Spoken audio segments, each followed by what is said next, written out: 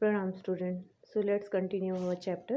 तो अब तक हमने देखा कि किस तरह जॉडी जो है वो अपने फादर को कन्विंस कर रहा है, मनाने की कोशिश कर रहा है और फाइनली उसके फादर मान भी जाते हैं। अब उसके आगे देखो। Can I right back with Millville and C if I can find it. तो जॉडी कहता है क्या मैं मिलविल के साथ वहाँ वापस जाऊँ और देखूँ कि शायद वो मुझे मिल जाए। टेल योर माँ I said you can go. तो जॉडी के फादर उससे कहते हैं अपनी माँ से कहो कि मैंने तुम्हें जाने के लिए कहा है। He sauntered back to the table and set down. वो थोड़ा टेबल के पास सरकता है और अब बैठ जाता है। His mother was pouring coffee for every one. उसकी माँ जो है वो सभी के लिए कॉफ़ी तैयार कर रही थी, मतलब कॉफ़ी डाल रही थी। ही सेड माँ पा says I can go bring back the found. तो वो अपनी माँ से कहता है कि माँ, पा ने कहा है कि मैं वापस जाकर फाउंड को ला सकता हूँ। She held the coffee pot in mid air. अब ये सुनते ही जो कॉफ़ी ऐसे डाल रही थी, सभी के लिए कॉफ़ी सर्व कर रही थी, वो कॉफ़ी पॉट जो है हवा में ही ऐसे पकड़े रह जाती है। What found. तो वो मतलब उसके क्वेश्चन सुनते ही वो उसका क्वेश्चन में रिप्लाई आता है, क्या found. The found belonging to the doe we killed. तो जॉडी कहता है फाउंड उस हिरनी का था जिसको हमने मार डाला। We use the doe's liver to draw out the poison and save pa. हमने उस डोई के लीवर का इस्तेमाल किया ताकि हम पा के शरीर में से पॉइजन जहर बाहर निकाल सके और पा को बचा सके। She gasped. वो बेचारी कंफ्यूज हो जाती है, एकदम टेंशन में। Well for pity's sake. तो कहती है अच्छा, लेकिन वो तो एक अच्छे काम के लिए। Pa says it would be ungrateful to leave it to starve. तो जॉडी कहता है पा ने कहा है कि अगर हम उस हिरण के बच्चे को इस तरह भूखा, स्टार्व मतलब होता है भूखा, भूखमरी या भूखा रखना, तो अगर भूखा रखेंगे तो ये उसके साथ अन्याय होगा। Doc Wilson said that's right ma'am. तो डॉक विल्सन, यहाँ पे डॉक विल्सन भी एक पर्सन का नेम है जो उस समय वहाँ होते हैं, और वो कहते हैं वो तो बिल्कुल सही है ma'am. Nothing in the world comes quite free. इस दुनिया में कुछ भी मुफ्त में नहीं मिलता। The boy is right and his daddy is right. मतलब बच्चा भी सही है और उसके फादर यानी पापा भी बिल्कुल सही हैं। Millwheel said he can ride back with me, I shall help him find it. तो Millwheel is also name of person जो वहाँ पे बैठा होता है, वो कहता है मैं इसके साथ वहाँ जाता हूँ वापस और उसे ढूंढने में इसकी मदद करता हूँ। Set down the pot helplessly. अब उसके पास कोई और ऑप्शन नहीं था, असहाय होकर वो जो है पॉट, जो टी पॉट उसके हाथ में था, उसको नीचे रखकर बैठ जाती है, मतलब उसको रख देती है। Well if you will give it your milk we have got nothing else to feed it. तो उसकी माँ उसे कहती है ठीक है, अगर तुम उसे अपना दूध दो तो, क्योंकि हमारे पास उसे खिलाने के लिए और कुछ नहीं है। तो वो जॉडी से कहती है कि अगर तुम अपने हिस्से का दूध उसे दोगे तो ठीक है, क्योंकि हमारे पास और कुछ नहीं है उसे खिलाने के लिए। देखो ये मिलविल और जॉडी किस तरह से हॉर्स राइड करके जा रहे हैं। Millwheel said come on boy we have got to get riding. तो मिलविल कहते हैं चलो बेटा, अब हमें राइडिंग, सवारी के लिए तैयार होना है। Ma Baxter asked anxiously you shall not be gone long. तो माँ बैक्स्टर ये भी पर्सन का नेम है, एनेक्शियसली मतलब उत्सुकता में, चिंता में पूछते हैं। You shall not be gone long, तुम्हें ज़्यादा दूर नहीं जाना चाहिए। Jordi said I will be back before dinner for sure. तो जॉडी कहता है कि डिनर तक मैं वापस ज़रूर आ जाऊँगा। Millwheel mounted his horse and pull Jody up behind him. Millwheel जो है वो अपने घोड़े को तैयार करते हैं, ऊपर बैठ जाते हैं और जॉडी को भी अपने पीछे खींच लेते हैं, मतलब बिठा लेते हैं। He said to Millwheel do you think the found still there. तो जॉडी जो है वो मिलविल से पूछता है आपको क्या लगता है कि वो फाउंड अभी भी वहाँ होगा। Will you help me find him, क्या आप मेरी मदद करोगे उसे ढूंढने में। We will find if he is alive. तो मिलविल का जवाब आता है अगर वो ज़िंदा होगा तो हम उसे ज़रूर ढूंढ लेंगे। How you know he, it's a he. तो मिलविल पूछते हैं तुम्हें कैसे पता कि वो ही है।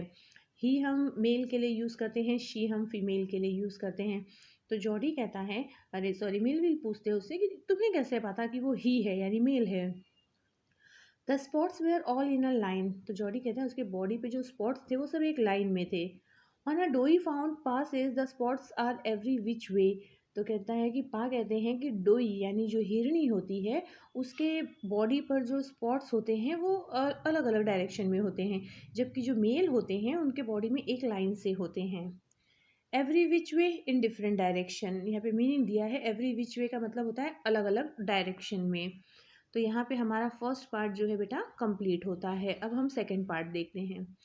Jordi gave himself over to thought of the found. Jody अपने आप को पूरा जो है उस फाउंड यानी हिरण के बच्चे के विचार में खो देता है।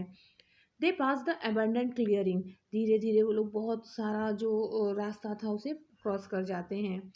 ही said cut to the north, अब क्यों मिलविल, क्योंकि जॉडी को ही रास्ता पता था तो वो रास्ता बता रहा था, तो काफ़ी डिस्टेंस जाने के बाद जॉडी कहता है नॉर्थ की तरफ मुड़ो। It was a fear that pa got bitten by the snake, यही वो जगह थी जहाँ पर पा को स्नेक ने काटा था। And killed the doe and I saw the found, और जहाँ पर उन्होंने हिरनी को मारा था, और यही जगह थी जहाँ पे मैंने हिरन के बच्चे को देखा था। Suddenly Jody was unwilling to have Millwheel with him, अचानक से जॉडी के मन में, अनविलिंग मतलब उसकी इच्छा नहीं होती है कि मिलविल उसके साथ रहे। If the found was dead और could not be found he could not have his disappointment seen. अब जॉडी क्यों नहीं चाहता था कि मिलविल उसके साथ रहे, क्योंकि उसको थोड़ा सा टेंशन हो गया कि मान लो अगर वो हिरन का बच्चा मर गया होगा या वो उन्हें नहीं मिलेगा, तो उसके जॉडी के चेहरे पे जो निराशा आएगी, जो दुख आएगा, जो डिसअपॉइंटमेंट होगा, वो उसे मिलविल को नहीं दिखाना चाहता था। And if the found was there, the meeting would be so lovely and so secret that he could not endure to share it. और अगर मान लो वो बच्चा जिंदा है, अगर वो हिरण का बच्चा जिंदा है और वो उसे मिल जाता है, तो वो मिलने की जो खुशी है, वो जो प्यार है, उसको वो सीक्रेट रखना चाहता था। वो भी वो किसी को दिखा, किसी के साथ शेयर, एंड्योर मतलब सहन करना, और शेयर मतलब बांटना। वो किसी के साथ बांटने की सहनशीलता नहीं रखना चाहता था, मतलब किसी के साथ बांटना ही नहीं चाहता था। He said it's not far now but the scrub is very thick for a horse. तो वो कहता है जॉडी एक्चुअल में वो मिलविल को अपने साथ नहीं जाना चाहता है, और उसके लिए वो रीज़न क्या बोलता है but the scrub it's not far now, अब ज़्यादा दूर नहीं है। But the scrub is very thick for a horse, लेकिन ये जो झाड़ियाँ हैं, स्क्रब मतलब झाड़ी, ये जो झाड़ियाँ हैं ये घोड़े के लिए क्या है, बहुत घनी है। I can make it on foot, मैं चलकर वहाँ जा सकता हूँ। But I am afraid to leave you boy, तो मिलविल कहते हैं लेकिन लड़के मुझे तुम्हें अकेले छोड़ने में डर लगता है। सपोज यू गॉट लॉस्ट और बिटन बाय द स्नेक, मान लो तुम खो गए या सांप ने तुम्हें काट लिया, और bitten by the snake too, I shall take care, तो जॉडी कहता है मैं ध्यान रख सकता हूँ। It might take me a long time to find the found, हो सकता है मुझे ज़्यादा समय लग जाए उस हिरन के बच्चे को ढूंढने में। If he is wandered leave me off right here, मतलब अगर वो मान लो वंडर रखड़ रहा हो, यहाँ वहाँ घूम रहा होगा, तो मुझे उसे ढूंढने में ज़्यादा समय लग जाएगा, तो आप मुझे यहीं पर छोड़ दें। All right but you take it easy now, तो मिलविल कहते हैं लेकिन अब तुम आराम से देखना सब। You know north here and east, तो उससे पूछते हैं तुम जानते हो ना नॉर्थ ईस्ट साइड है और ईस्ट कहाँ है। देयर एंड देयर, तो जॉडी जो है तुरंत बता देता है कि इस साइड नॉर्थ है और इस साइड ईस्ट है। That toll pine makes a bearing, तो कहता है वो बड़ा पेड़ का जो पाइन का जो पेड़ है वो सब कुछ मेरी मदद करेगा। सो लॉन्ग, कितना बड़ा है। So long Millwheel I am obliged, तो मिलविल कहते हैं, सो जॉडी कहता है हाँ मिलविल बहुत लंबा है और मैं आभारी हूँ, मतलब आपने मुझे जो हेल्प की है उसके लिए मैं आभारी हूँ। तो मैं यहाँ पर अपना सेकेंड वीडियो कंप्लीट करती हूँ बेटा, अगला जो पार्ट है वो हमारे थर्ड वीडियो में कंटिन्यू करेंगे। ठीक है, प्रणाम।